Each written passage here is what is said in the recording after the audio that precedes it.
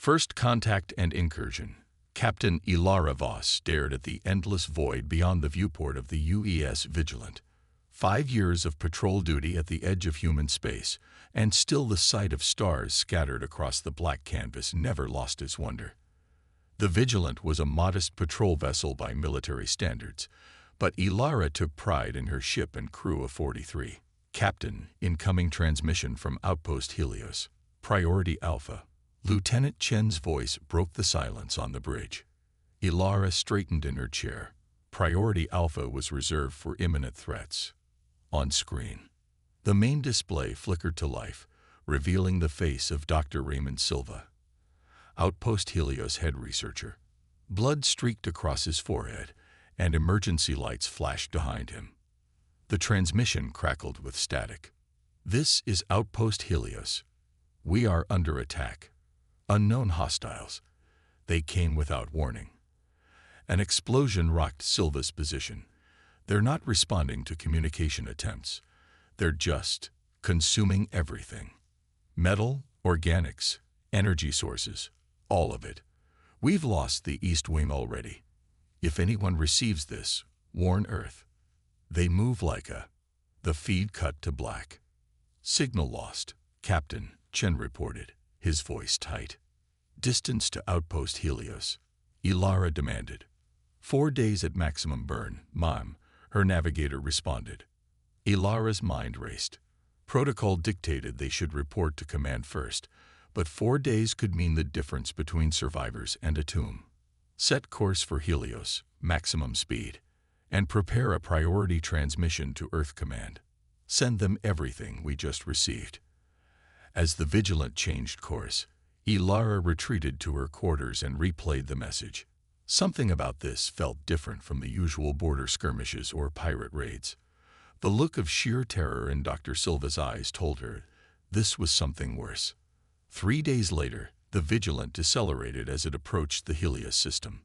The bridge crew stared in stunned silence at their sensor readings. "Captain," Science Officer Park whispered, "Outpost Helios is gone." The screen showed only debris where the research station once orbited. Twisted metal and scattered components floated in the vacuum. But what captured everyone's attention were the objects moving away from the debris field. "What am I looking at, Park?" Ilara asked, leaning forward. "Unknown vessels, Captain. Hundreds of them. Their composition is unusual. Not metal or any material we've cataloged. They appear semi-organic, with structures resembling neural pathways throughout. They're moving toward the Proxima colony." The alien ships resembled massive cephalopods, with translucent bodies that pulsed with bioluminescent light. Tendrils extended from their main bodies, grasping and pulling themselves through space. "Attempt contact on all frequencies," Ilara ordered. Chen worked his console. "No response, Captain. They're ignoring all hails." Ilara made a decision that would alter the course of human history. "Send everything to Earth Command. All sensor data, all visuals. And add this message. Recommend immediate activation of Protocol Omega. This is not a drill." The bridge crew exchanged shocked glances. Protocol Omega had never been invoked before. It was the emergency call for all human ships, military and civilian alike, to abandon their missions and converge for war. "Are you certain, Captain?" Commander Reeves, her XO, asked quietly. Ilara nodded grimly. "They destroyed an outpost without provocation and are headed for a colony of 30,000 people. Yes, I'm certain." As the Vigilant shadowed the alien fleet from a safe distance, the message raced toward Earth at faster than light speeds. On Earth, Admiral Helena Cruz reviewed the transmission in the secure chamber of the United Earth Defense Council. The 12 council members watched in silence as the footage from Outpost Helios played, followed by the Vigilant's sensor data of the alien vessels. "These aliens, the Void Walkers, as we're calling them, have already destroyed one outpost and are heading toward Proxima Colony," Admiral Cruz stated. "Captain Voss has recommended Protocol Omega." Councillor Dias, a veteran of the Centauri conflict, leaned forward. Protocol Omega has never been invoked, not even during the border wars. You understand what you're asking. Once we call our ships home for war, there's no going back. Other species will notice. Some might join against us. I understand, Cruz replied. But these Void Walkers have already killed hundreds. If they reach Proxima Colony, they'll kill thousands more. The vote was unanimous. Protocol Omega was approved. Within an hour, Admiral Cruz stood in Earth Command Center as technicians sent the signal. A simple 9-note sequence transmitted through quantum relays to every corner of human space, 17 star systems with colonies and outposts. The message was unmistakable. Come home. Come fast. Come ready for war. On the main display, lights began to appear, each representing a ship responding to the call. First came the nearby vessels, defense platforms around Mars activating, the Jupiter mining fleet arming their ships, military vessels already on patrol changing course. First responses coming in, Admiral, reported Lieutenant Commander Garcia. The battleship Invictus is en route from Alpha Centauri. The mining fleet at Saturn has armed all vessels. The Mars Defense Force is launching their entire fighter complement. Order Proxima Colony to begin emergency evacuation, Cruz commanded, and tell Captain Voss to remain hidden. We need her eyes on the enemy. As the day progressed, more ships reported in: warships, science vessels, colony transports, cargo haulers, anything that could fly and fight. Factories on Earth, Mars, and the Moon began producing weapons around the clock. Retired military personnel reactivated their commissions. Civilian pilots volunteered their ships and skills. Admiral Cruz watched from her office overlooking the Pacific shipyards, where massive vessels were being outfitted for war. The sky was filled with lights as ships and shuttles moved in a constant stream. Her computer chimed. A message from Counselor Dias. How long until we have enough forces to stop the Void Walkers? He asked. Cruz studied the latest reports. 4 days until we have a full battle fleet assembled. But Proxima Colony only has 2 days before the Void Walkers arrive. So we won't save them, Dias said grimly. No, Cruz replied. But we'll make the Void Walkers pay for every human life they take, and then we'll make them wish they had never encountered humanity. As night fell over Earth, the call continued to echo across the stars. The most lethal Deathworlder, Armada, was awakening, and soon the galaxy would learn why humans were feared. Captain Reza Delir was enjoying shore leave on Europa when the 9 notes played from his wristcom. He froze, his drink halfway to his lips. Around him, other military personnel were checking their devices, their expressions shifting from confusion to grim determination. The call. After 12 years in the Earth Fleet, Reza never thought he'd hear it. He tapped his wristcom. Captain Delir, acknowledging. The Harbinger will be ready in 20 minutes. He sprinted to the spaceport, where his destroyer, the Harbinger, awaited. His crew was already arriving, some still in civilian clothes. It didn't matter. When the call came, everyone answered. Captain on deck, announced Commander Lena Park as Reza entered the bridge. Status report, he demanded, taking his chair. Engines at full power, weapons systems green, all crew accounted for except 5 who were too far away. We have volunteers to fill their positions. Set course for Earth Rally Point, Reza ordered. The Harbinger lifted off, its engines glowing white-hot as it rose through Europa's thin atmosphere. In orbit, Reza saw other ships launching. Mining vessels with hastily mounted weapons, ancient fighters from museums, even some alien-built ships flown by human crews. A wormhole opened, and the Harbinger jumped toward Earth.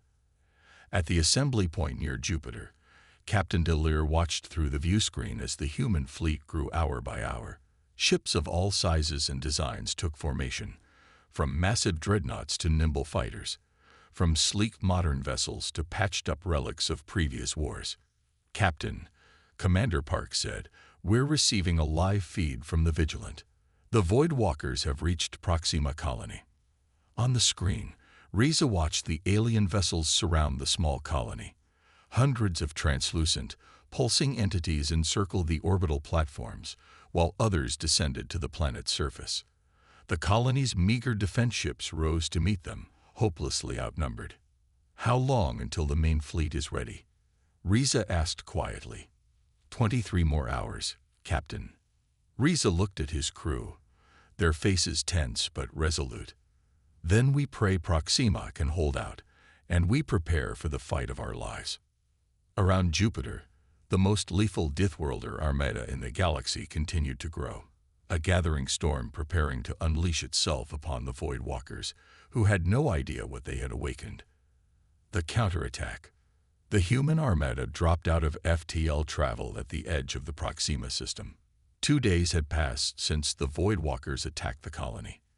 Captain Reza Dalir stood on the bridge of the Harbinger, staring at the view screen in horror. Proxima colony was gone. Where the orbital habitats once floated, there was only debris and frozen bodies. On the planet below, vast swathes of the surface were scorched black. Admiral Kruz's voice came through the comms to all ships. "This is what we're fighting. The Void Walkers destroyed a colony of 30,000 people. They didn't attempt communication. They didn't take prisoners. Remember what you see today." The Harbinger's sensors chimed. "Captain, enemy vessels detected," reported Weapons Officer Talia Reeves.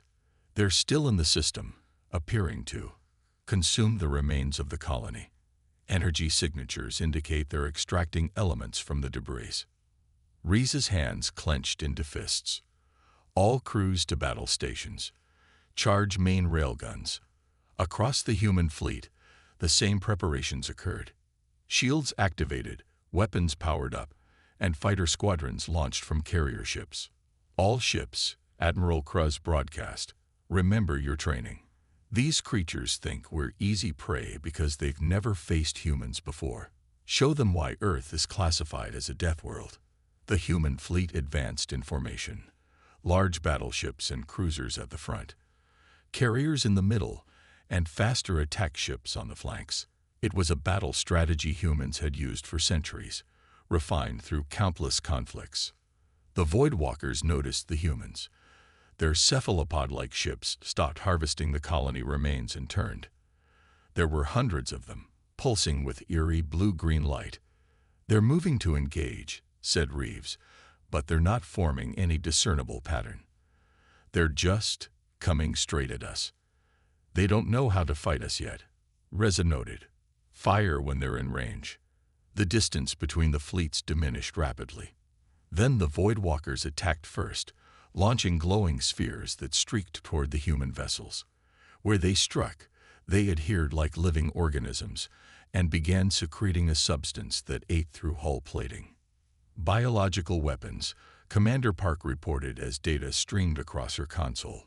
"Some kind of corrosive compound that breaks down both organic and inorganic material." "The escort vessel Horizon is taking heavy damage," Reeves announced. Riza watched as one of the smaller human ships began to break apart under the biological assault. "Fire main railguns. Target the largest vessels first."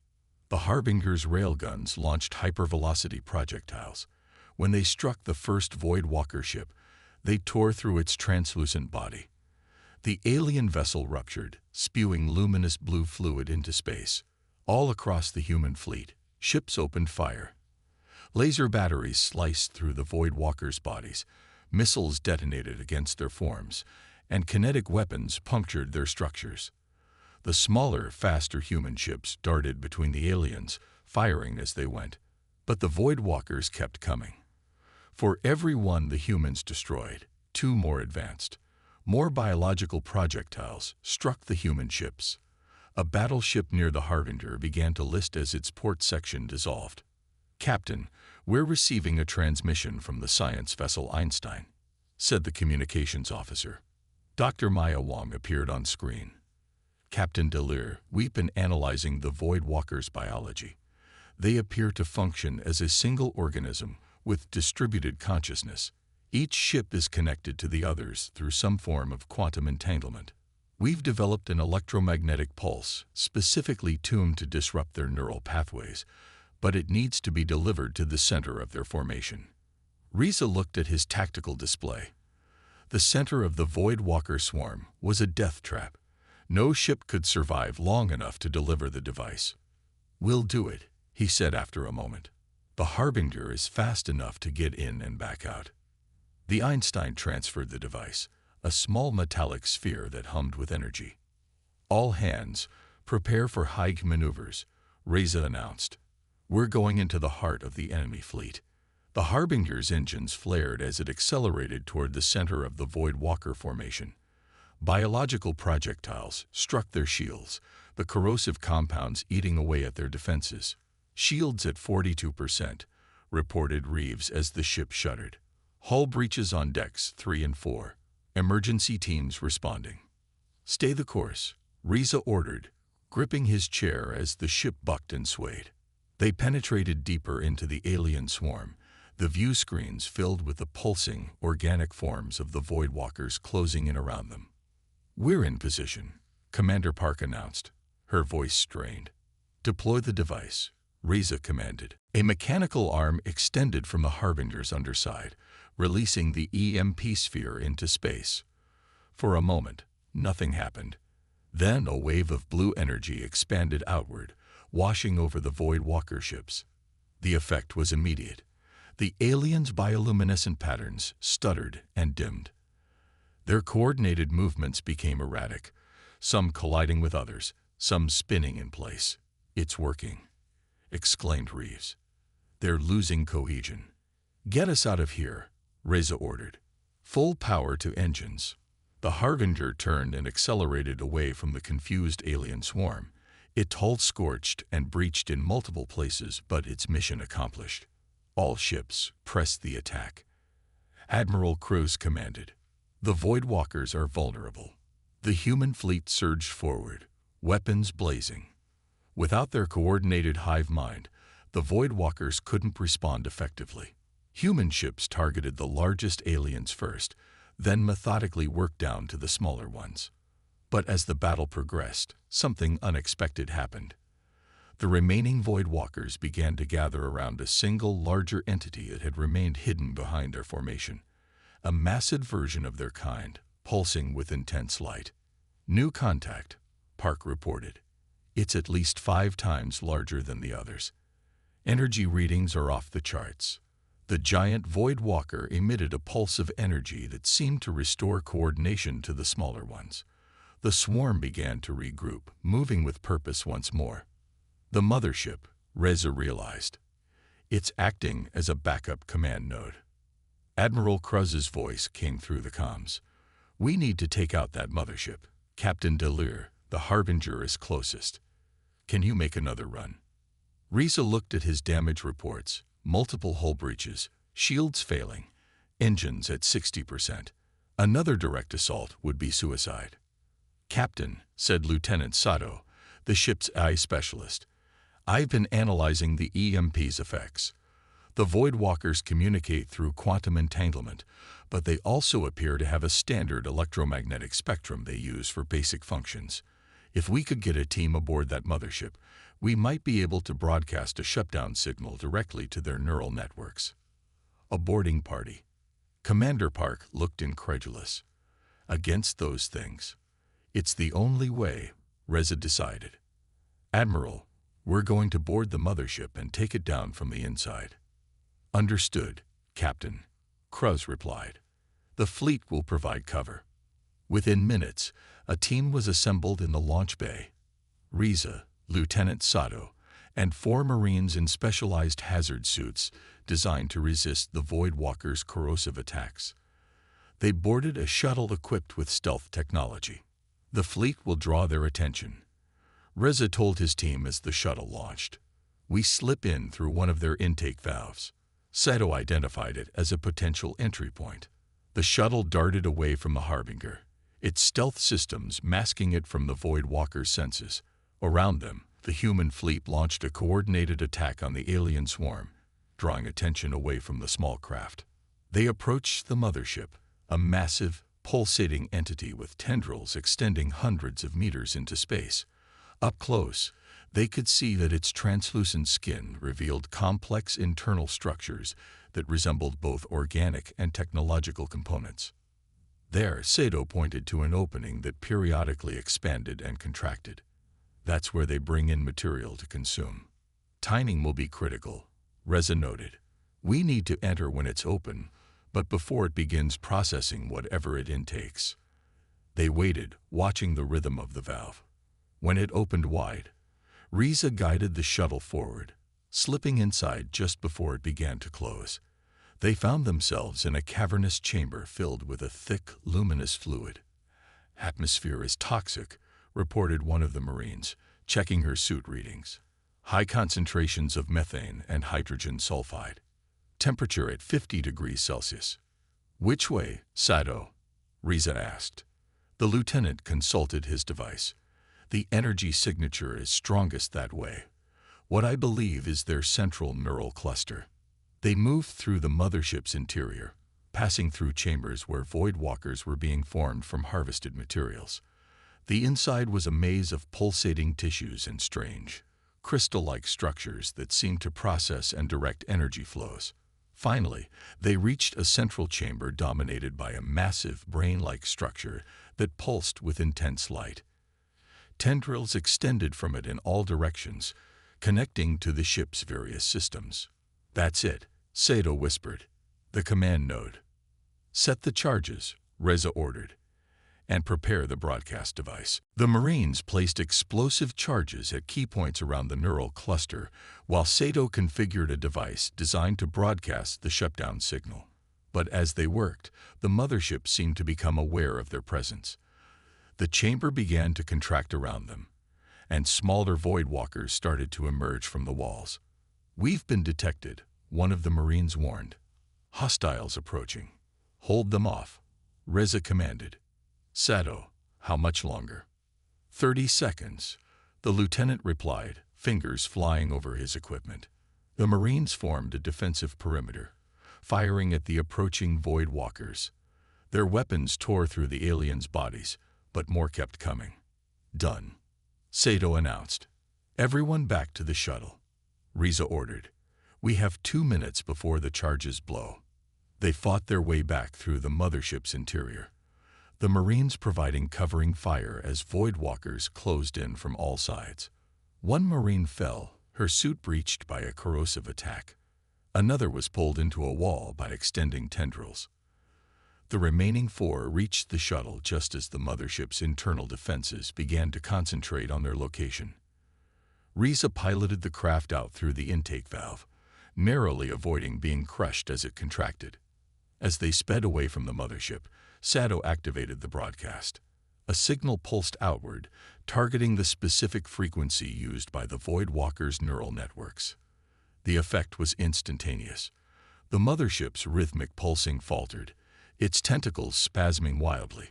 Throughout the battlefield, the smaller Void Walkers began to drift aimlessly, their coordinated attacks ceasing. Then the charges detonated. Explosions rippled through the mothership's neural cluster, causing chain reactions throughout its massive body. The giant entity began to rupture, spewing luminous fluid and fragments of its internal structures into space. "All ships, target the mothership's remains," Admiral Crows commanded. "Don't let any piece large enough to regenerate escape." The human fleet converged on the dying mothership, weapons firing continuously, breaking it down into fragments too small to function independently. Without their central command, the remaining Void Walkers became inert, drifting lifelessly in space. As the shuttle docked with the Harbinger, Reza watched the final pieces of the mothership being destroyed. The battle was over. Humanity had prevailed. 3 days later, Admiral Cruz stood before the United Earth Defense Council, delivering her report on what was already being called the Battle of Proxima. "The Void Walkers have been eliminated as a threat," she stated.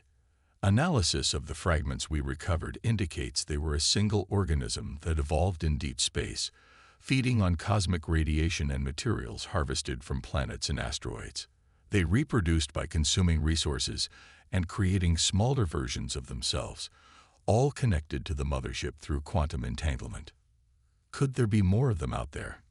Counselor Diaz asked. Possibly, Cruz admitted, but thanks to the data collected by Captain Deleure's team, we now understand their biology and weaknesses. We're developing early warning systems and more effective weapons should we encounter them again. And what of the galaxy's reaction to Protocol Omega? Another counselor inquired. Cruz smiled slightly. The Galactic Council has sent a formal message expressing their surprise at the speed and effectiveness of our response. Several species that previously classified humans as dangerous Deathworlders are now requesting defensive alliances. It seems our reputation has been enhanced rather than damaged. After the meeting, Cruz found Captain Delure waiting in her office. His arm was in a sling, an injury from the boarding mission. The Harbinger will need 6 months in dry dock, he reported, but she'll fly again. Just like her captain, Cruz noted. The Council has approved your promotion to Admiral. By the way, you'll be overseeing our new Voidwalker Defense Initiative. Riza nodded. What happened at Proxima can never happen again. No, it won't, Cruz agreed. And the galaxy now understands something that perhaps they didn't fully grasp before. Humanity may come from a Deathworld, but that's exactly why we survive. When threatened, we don't hide or negotiate with those who would destroy us. We fight back with everything we have. As Riza left Cruz's office, he looked out at the shipyards where the fleet was being repaired and upgraded. The call had been answered, the threat eliminated, but humanity remained vigilant, ready to respond again if necessary. The galaxy had learned an important lesson. Never awaken Earth's Armada unless you're prepared to face the consequences.